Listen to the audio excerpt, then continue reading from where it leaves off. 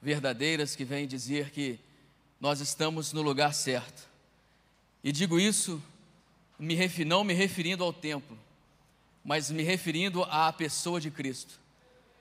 Se nós estivermos em Cristo em qualquer lugar deste mundo, nós estaremos bem e nós estaremos felizes. Se nós estivermos no trabalho, se nós estivermos no colégio, se nós estivermos na praia, se nós estivermos na rua, mas se Cristo estiver conosco, nós estaremos sempre felizes e sempre muito bem. Por isso que o crente, ele tem aquela alegria mesmo dentro da luta, uma alegria que não cessa, porque é uma alegria que não vem dele, mas é uma alegria que vem dos céus, do Deus Todo-Poderoso. E você pode ler a Bíblia de Gênesis a Apocalipse, você nunca vai ver a Bíblia dizendo que o nosso Deus, ele está triste, ele sempre está feliz, e é essa felicidade que ele dispõe para cada um daqueles que o segue. E aqui nesta noite nós temos a felicidade de Cristo, amém? Abra sua Bíblia, Apocalipse, capítulo 3, versículo 14 em diante.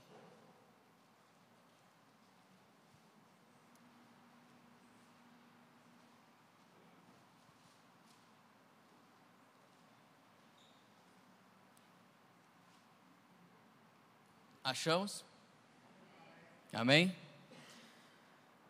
Diz assim a palavra do Senhor para nós nessa noite. Ao anjo em Laodiceia escreve: assim declara o Amém, a testemunha fiel e verdadeira, o soberano da criação de Deus. Conheço as tuas obras, sei que não és frio nem quente, antes fosses frio ou quente, e por este motivo, porque és morno, não és frio nem quente, estou a ponto de vomitar-te da minha boca. E ainda dizes: estou rico, conquistei muitas riquezas e não preciso de mais nada. Contudo, não reconheces que és miserável, digno de compaixão, pobre, cego e que está nu. Portanto, ofereço-te este conselho: adquire de mim ouro refinado no fogo, a fim de que te enriqueças, roupas brancas, para que possas cobrir tua vergonhosa nudez, e compra o melhor colírio, para que ao ungir os teus olhos, possas enxergar claramente. Eu repreendo e corrijo a todos quanto amo. Sê, pois, diligente e arrepende-te. Eis que estou à porta e bato. Se alguém ouvir a minha voz e abrir a porta, entrarei em sua casa e cearei com ele e ele comigo. Ao vencedor, eu lhe concederei que se assente comigo no meu trono, assim como eu venci e me assentei com meu Pai no seu trono.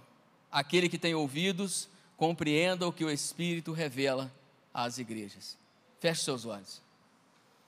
Senhor meu Deus, nós nos encontramos na Tua presença, não porque estamos no templo, meu Pai, mas acreditamos que o Senhor tem estado conosco todos os dias, como diz a Tua palavra. E por isso, meu Deus, queremos ouvir de Ti hoje, meu Pai, uma palavra que venha nos corrigir, uma palavra que não venha falar aquilo que nós queremos ouvir, mas aquilo que nós precisamos ouvir, porque estar na Tua presença, ó Deus, significa estar salvo, e não estar na Tua presença significa estar condenado, Senhor. Nós não queremos ser condenados, nós queremos estar nos céus contigo. Por isso fala conosco nesta noite, ó Deus, abra o nosso coração, abra o nosso entendimento, que possamos ter um coração aberto para Te ouvir, para receber a Tua palavra, Senhor, e que essa palavra não fique apenas dentro de nós, mas quando formos questionados a respeito da nossa fé, nós possamos falar para eles quem é o Deus que nós servimos e o que Ele tem feito em nossas vidas. Por isso, meu Pai, eu Te peço, abra o nosso coração, fala conosco, para a glória do Teu nome. Amém, Jesus. Podemos assentar? Gostei do púlpito, já vou sugerir, pastor Roberto, pastora Elza, que troque por esse aqui. Só aumentar mais um pouquinho. Até eu que sou pequeno está muito baixo, mas é benção. Nós vamos falar sobre o que hoje? Por que Jesus deve ser prioridade em nossas vidas? Existem muitos sonhos, muitos projetos, muitos desejos em nossas vidas, e a realização desses desejos e desses projetos são importantíssimos. Eles são tão importantes que, na maioria das vezes, a gente vive como diz aquele ditado aí fora: nós passamos o carro na frente dos bois. Tamanha é a importância que esses projetos eles têm em nossa vida. Nós queremos realizá-los de qualquer forma e, às vezes, de qualquer maneira.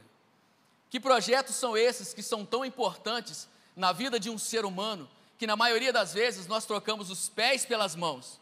Nós fazemos coisa errada para que esses projetos se realizem. Que projetos são esses que são espetaculares, extraordinários, importantíssimos, que às vezes nos fazem fazer coisas erradas e nos distanciar de Deus? São projetos simples, são coisas deste mundo, porque se fossem coisas do céu, eles não nos tirariam da presença de Deus. São errados? Não. São corretos fazer? Sim. Mas tudo a seu tempo e na direção de Deus. Por exemplo, as pessoas elas almejam uma boa faculdade. Tem algum problema nisso? Nenhum. Devemos estudar, devemos nos instruir. As pessoas desejam uma faculdade para obter conhecimento, e para que com esse conhecimento ela possa passar num concurso público. Para que passar num concurso público? Para ter uma remuneração legal. Salário mínimo R$880. Para quem não sabe, para quem não ganha, para quem não vive, para quem não conhece despesa, é muito dinheiro. Mas se você tem uma casa e se você tem uma família para cuidar, o dinheiro é pouco. Para que as pessoas têm projetos importantes? Porque elas querem, muitas vezes, ter a sua própria carteira de habilitação, de moto ou de carro, e que é importantíssimo. Muitas vezes, depois da carteira, ela quer comprar a moto ou o carro. Ter uma carteira e não ter o que dirigir e nem pilotar, não resolve. E o que se torna mais importante, eu creio que vem até em primeiro lugar do que tudo isso, e eu creio que a maioria vai concordar: elas querem namorar o mais gatinho ou namorar a mais gatinha da onde elas estão. Esse é importantíssimo, é top, é acima de todos os outros. Mas elas querem isso para quê? Elas querem que esse namoro, ou eles querem que esse namoro dê tão certo que se transforme em um noivado, e que esse noivado dê tão certo que se transforme em um casamento. Por que elas querem isso? Por que eles querem isso? Porque eles querem afastar de si o Salmo 40. Esperei com paciência no Senhor. Ninguém aguenta esperar mais. Eles pulam para o Salmo 70. Apressa-te, Senhor, em me socorrer. Porque o negócio está feio. Por que eles querem que o namoro, o noivado e o casamento dê certo? Porque eles não querem ouvir João 6,37. Todo aquele que vier a mim, de maneira nenhuma lançarei fora. Está catando papel na ventania. É apenas para vocês descontrair, mas é uma grande verdade. Existem fatos na vida da gente, existem desejos na vida da gente, que se tornam muitas vezes mais importantes do que o Jesus que nós sempre falamos nele. E essas coisas são erradas? Não.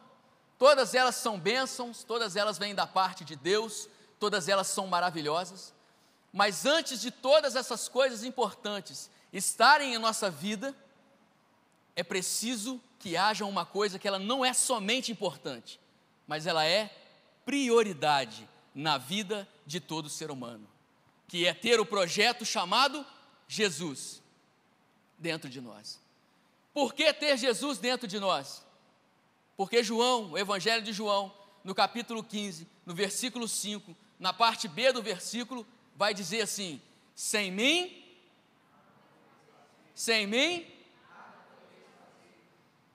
e a Bíblia está dizendo isso, e ela está dizendo num contexto espiritual, mas você coloca isso para a sua vida. Sem mim nada podeis fazer, sem Jesus você não pode pregar, porque quem transforma vidas é Jesus e Ele é o dono da palavra. Sem Jesus você não pode louvar, porque o louvor transforma a vida, mas o louvor vem de Deus.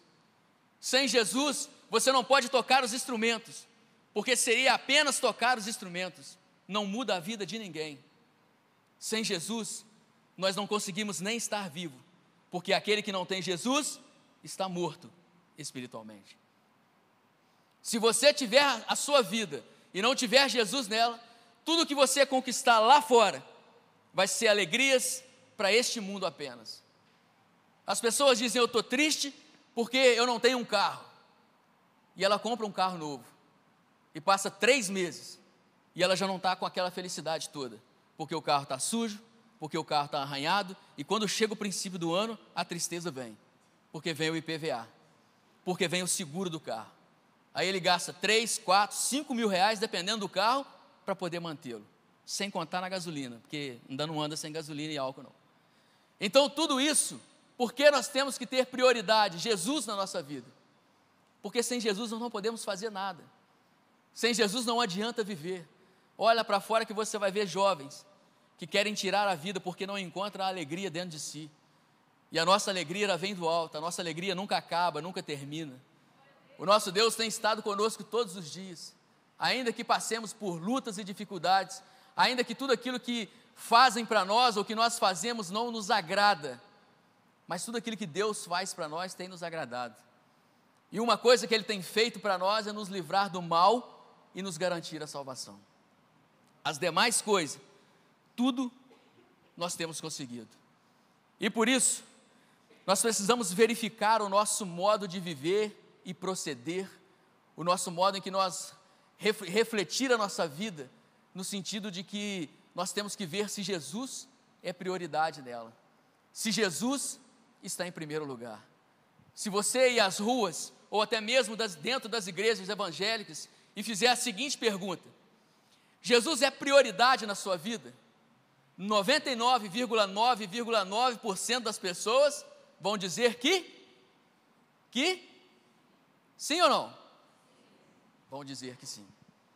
Só que tem um grande detalhe: como é que nós vamos saber se essas pessoas, se Jesus realmente está na vida dessas pessoas? Como é que nós vamos entender se Jesus realmente está na nossa vida? Porque elas vão dizer que sim? É lógico que vão dizer que sim.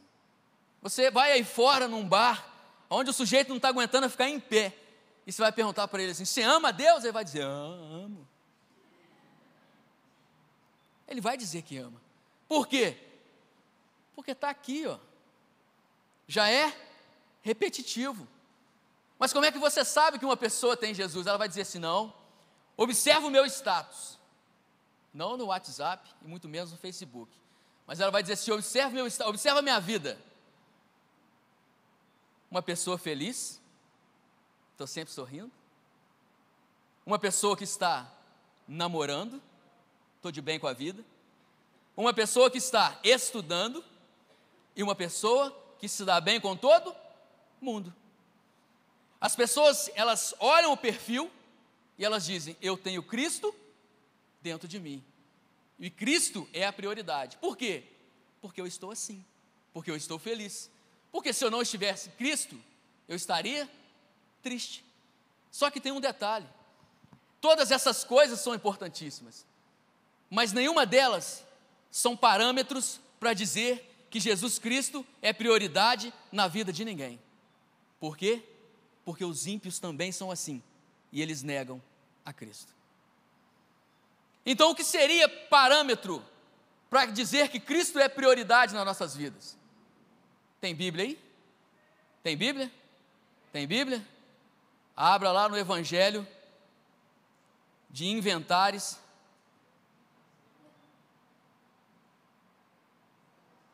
Tem não? Evangelho de João.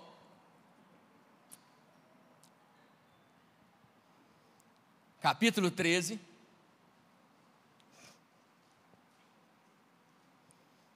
Versículo 34 e 35. Quem achou pode ler, eu vou repetir aqui o que você disser. Ninguém achou?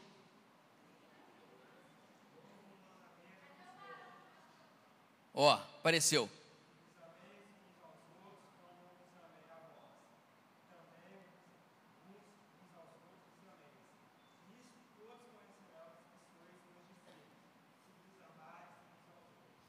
Jesus está dizendo duas coisas. Um novo mandamento vos dou, que vos amardes. Está aqui, vocês não falaram nada, né? Então lê. Um novo.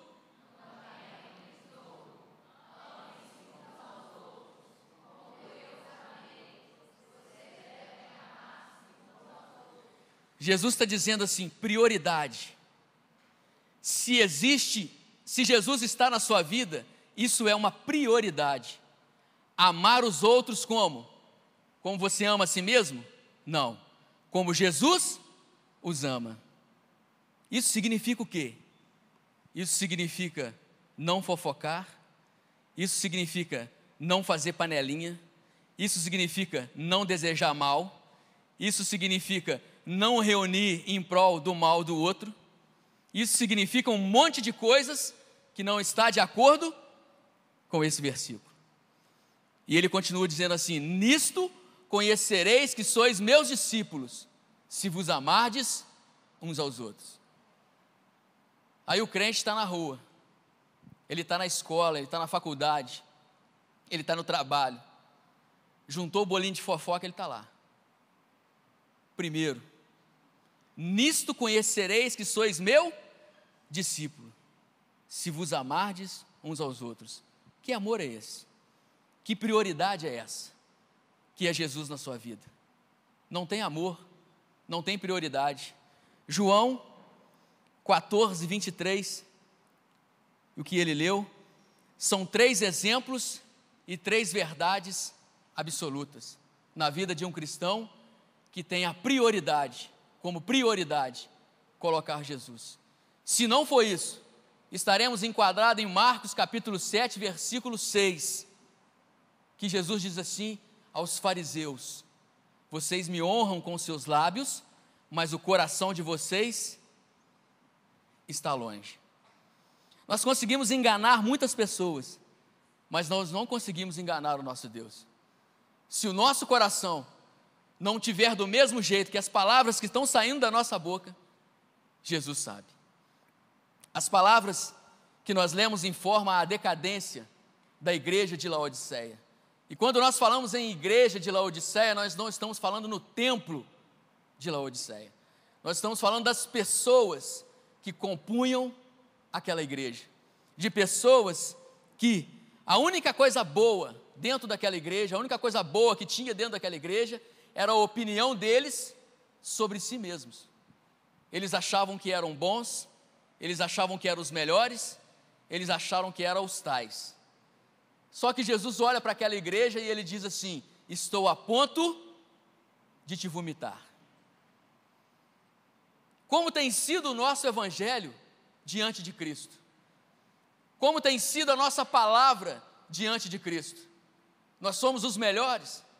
Nós somos os bons? Nós estamos com um bom conceito? E quando nós falamos isso, Jesus diz: ó, tá beleza, continue assim. Ou quando nós falamos isso, Jesus diz: eu estou a ponto de te vomitar, porque você não é nem frio e você não é quente, você é morno, você não serve para fazer parte da minha igreja. A igreja de Laodiceia, porque a igreja era rica, a igreja tinha banqueiros, a igreja tinha a melhor medicina, a igreja tinha ouro, a igreja tinha o melhor colírio, ela achava que tudo isso bastava. Existem crentes no tempo de hoje, que por conta da beleza que eles têm, que por conta do dinheiro que eles têm, que por conta do status que eles têm, que por conta de onde eles moram, que por conta do jeito que eles se vestem, eles acham que são os melhores. E Jesus disse: estou a ponto de vomitar vocês, porque não é isso que diz que eu estou em primeiro lugar na vida de vocês. O problema da igreja de Laodiceia não era moral, não era heresia, não era falso ensino, não era perseguições. O problema da igreja de Laodiceia era que lhes faltava fervor espiritual. O que é isso? A igreja estava acomodada. Sabe o crente acomodado? Já conhece algum? Conhece algum? Já viu algum crente acomodado? Ele vai na igreja. Por que ele vai na igreja? Porque ele acostumou a vir aqui. Porque se ele não for na igreja, o pastor vai atrás dele. Aí vai ficar chato, ele vai falar o quê? Vai inventar mais uma mentira? Então ele vem. Mas ele é acomodado. Ele não faz absolutamente nada. Ele é um menino na fé. Ele é imaturo. Ele é aquele crente em que Paulo se refere aos Coríntios. Primeira carta de Paulo aos Coríntios, capítulo 3, versículo 1 ao 3. Paulo vai dizer assim: olha, eu podia falar a vocês como espirituais, mas não posso. Eu tenho que falar a vocês como meninos. Eu tenho que continuar dando leitinho, porque vocês são imaturos. Porque embora vocês tenham muito tempo na casa de Deus, vocês ainda não cresceram. Por conta de quê, Paulo, você está dizendo isso? Por conta das nossas atitudes. Ninguém está vendo as nossas atitudes. Mentira. Deus está vendo as nossas atitudes. E não pense que nós entramos para o Evangelho para ter uma vida sossegada. Cristão não tem vida sossegada. Adolescente não tem vida sossegada. Jovem não tem vida sossegada. Por quê? Porque não compactua com as coisas desse mundo. Se você está lá no seu colégio e eles te deixam sossegado, tem alguma coisa errada. Se você andar por esse mundo e o mundo te deixa sossegado, tem alguma coisa errada. Porque o mundo está sempre dizendo para a gente fazer algo que é contrário às coisas de Deus. Então, quando Paulo escreve a eles, ele está dizendo isso. Eu poderia dizer a vocês palavras fortes, mas vocês não aguentam. Vocês vão engasgar, vocês vão morrer, porque vocês são meninos, são imaturos. Vocês ainda fazem fofoca dentro da igreja. Paulo está dizendo, tem dissensão, tem fofoca, tem grupinho, tem coisas que já era para ter sido abolido há muito tempo da vida deles, mas ainda pertenciam à vida deles. Paulo está dizendo, que evangelho é esse? Que Jesus é esse que vocês estão servindo? Como dizer que Cristo é prioridade na vida de vocês? Não tem como. Então, Paulo, como é que nós vamos viver nesse mundo? Como é que a gente vai se portar nesse mundo? Alguém abra para mim em 1 Pedro. 1 Pedro, capítulo 2, verso 12.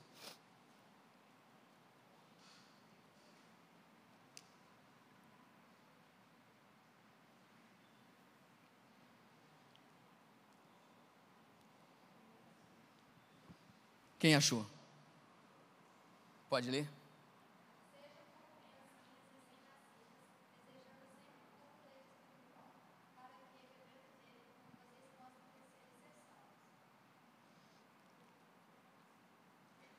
Você leu? Qual que você leu? 12. 12, por favor. 2:12.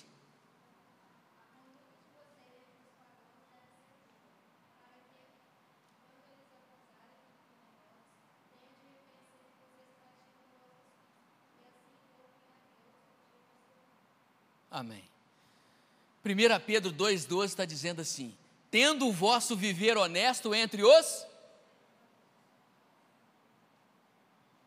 gentios, de maneira exemplar, para que, mesmo que eles os acusem de praticarem o mal, observem as boas obras que vocês praticam e glorifiquem a Deus no dia da sua intervenção. O que Pedro está dizendo?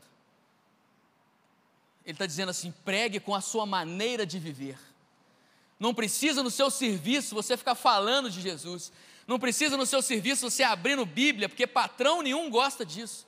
Ele vai dizer para você, você veio aqui para trabalhar, não foi para poder pregar. Pregar você faz isso lá na sua igreja, ou então na hora do almoço, ou então lá fora. Mas agora não pode. Então, para que a gente não ouça isso e fala assim, então não tem jeito de pregar. Aí Jesus diz assim: pregue para eles com a sua maneira de viver. Mostra para eles que Cristo é prioridade na sua vida. Para quê? Para que nos dias que eles ouvirem uma palavra de Deus, eles se lembrem de você e se converta. Porque ele diz, vale a pena ser cristão, porque o meu amigo é cristão e eu vejo a vida dele. Isso é priorizar Cristo. Mas tem sido o contrário.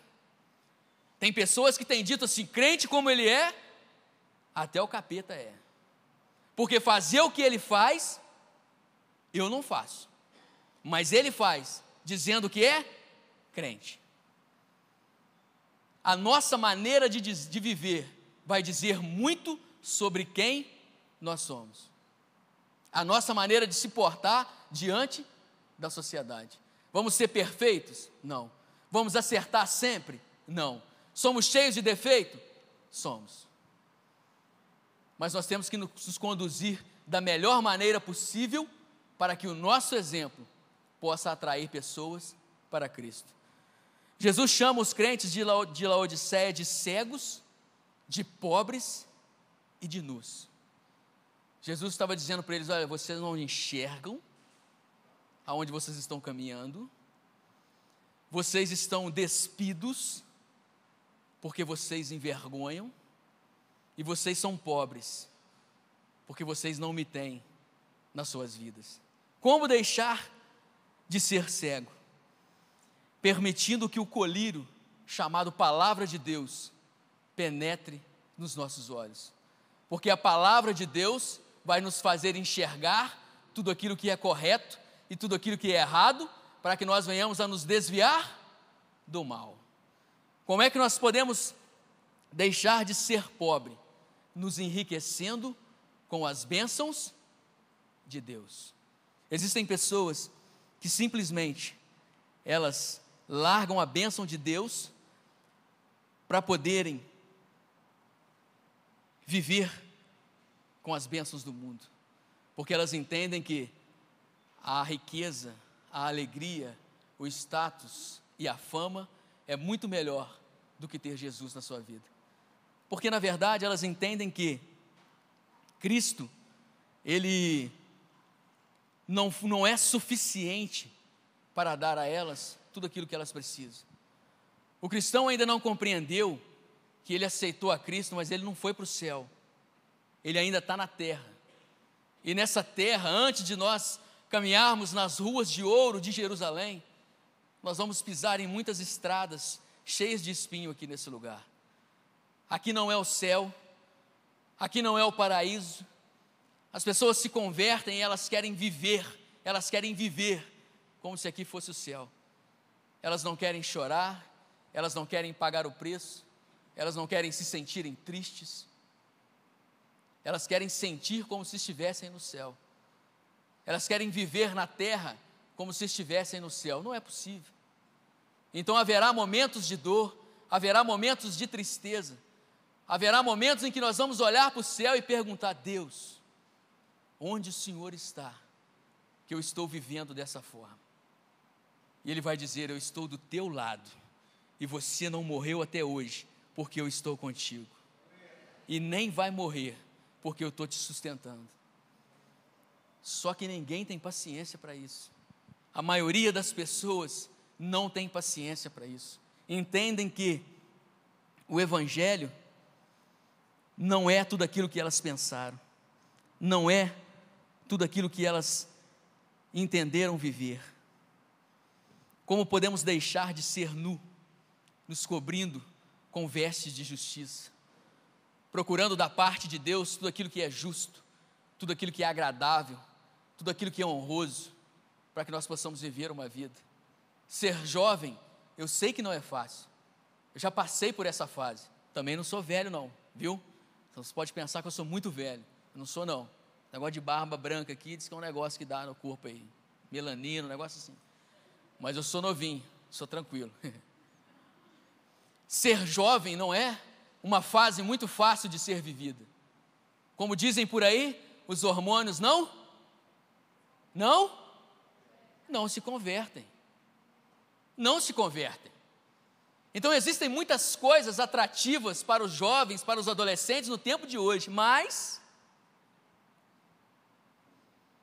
nós temos que priorizar Jesus na nossa vida.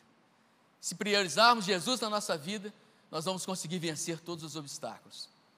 Jesus olha para aquela igreja de Laodiceia e mesmo vendo ela ser uma igreja morna, Jesus ainda tem misericórdia e amor por ela. Jesus tem amor por quê? Porque quem ama, chama ao arrependimento. Todos os dias Jesus tem nos chamado ao arrependimento. Porque quem ama, dá a oportunidade de recomeçar. Muitas vezes o mundo não nos tem dado oportunidade de recomeçar. Mas Jesus todos os dias, a palavra diz que as suas misericórdias se renovam. Então a cada manhã Ele nos dá uma oportunidade de recomeçar. Ele diz para nós: eu te aceito, pode vir, arrependa-se daquilo que você tem feito e venha fazer parte do meu reino. Quem ama, está disposto a perdoar. O ser humano muitas vezes não, ele não perdoa, porque se perdoasse, até não iria esquecer, porque não é amnésia, mas todas as vezes que ele encontrasse com aquela pessoa, ou porventura se lembrasse do que aconteceu, isso não lhe faria mal.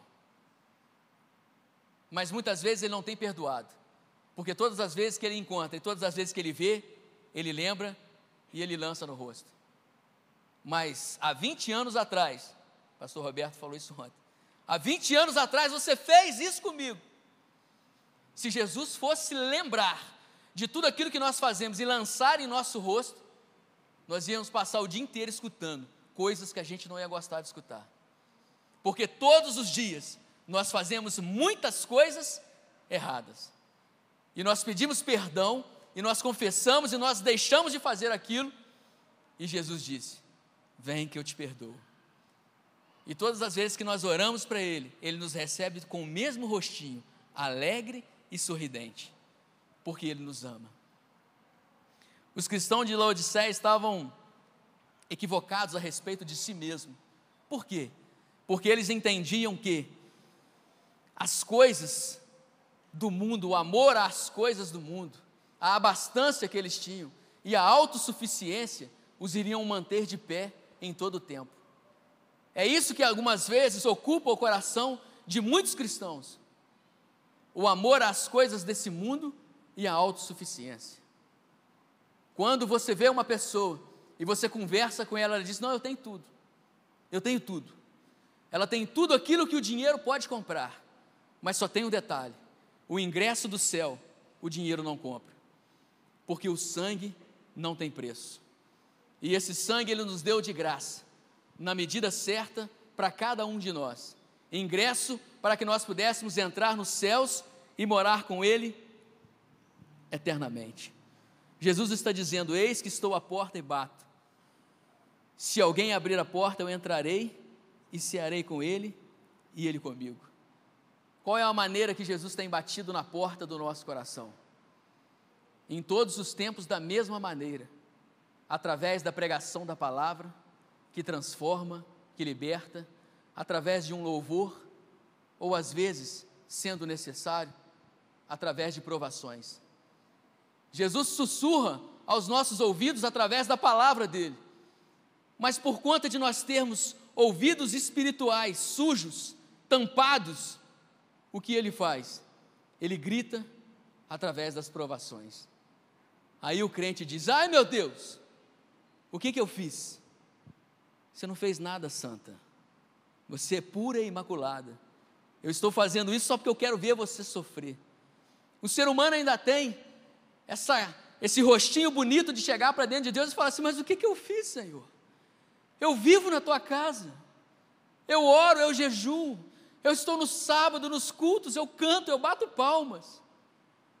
E Jesus está dizendo: isso tudo é muito importante, mas você está aqui, as palmas estão aqui, mas o teu coração está muito longe de mim, porque antes de ouvir as tuas palmas e ouvir a tua voz, eu consulto o teu coração, e eu tenho visto que ele não está aqui, ele está em outras coisas que não me pertencem.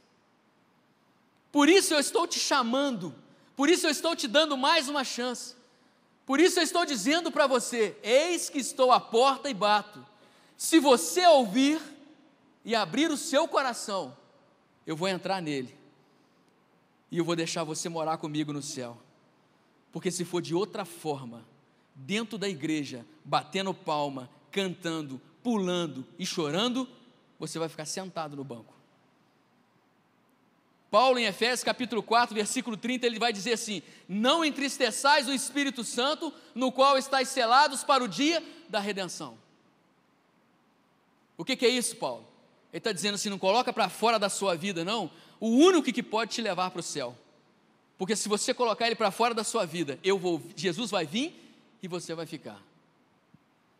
E simplesmente os crentes de Laodiceia, eles não estavam dando a mínima para isso. O escritor ao Evangelho de Mateus vai dizer: o que adianta o homem ganhar o mundo inteiro e perder a sua alma? Lucas 12, 20 vai dizer assim: louco, esta noite, não é daqui a 1 ano e não é daqui a 10 anos, esta noite pedirão a tua alma, o que tens preparado, para quem será? Estar na igreja não significa entrar no céu.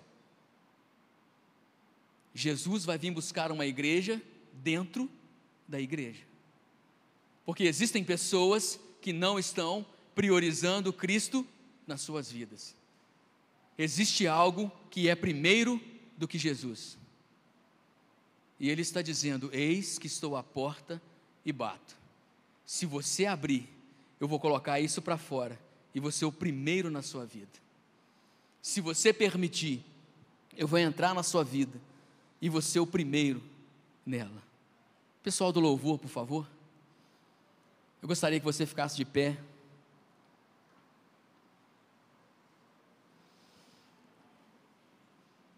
E que você prestasse atenção nessas últimas palavras. E que você fizesse uma reflexão. Porque às vezes nós estamos vindo na igreja e nós estamos ouvindo palavras de bênçãos, e é ótimo ouvir palavras de bênçãos, e Jesus tem palavras de bênçãos para nós. Porque nós estamos vindo na igreja e nossos pais estão assim para nós: ó, parabéns se vocês estão indo na igreja. E nós estamos vindo na igreja, e o pastor e a pastora, e os pastores e os líderes estão olhando para nós, estão dizendo: ó, isso é maravilha, vocês estão na igreja.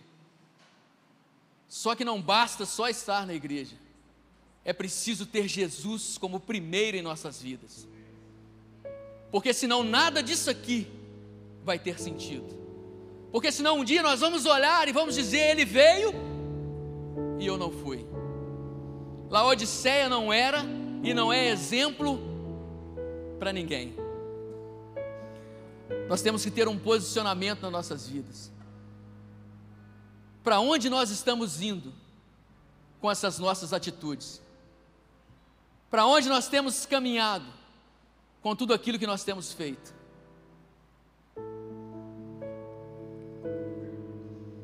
Se porventura nós ainda tivermos chances de ser resgatados,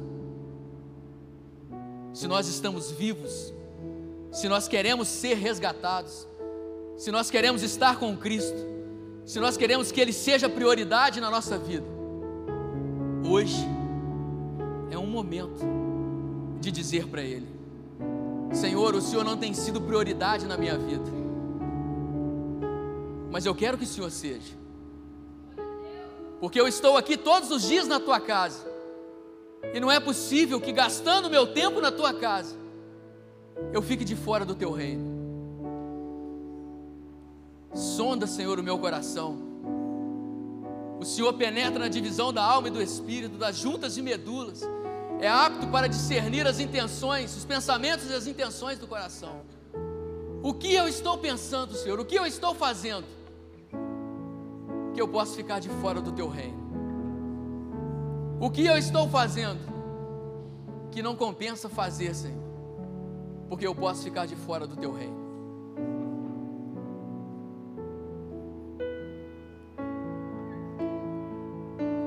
Glória a Deus. Aleluia, Jesus. Santa a sua mão, Senhor.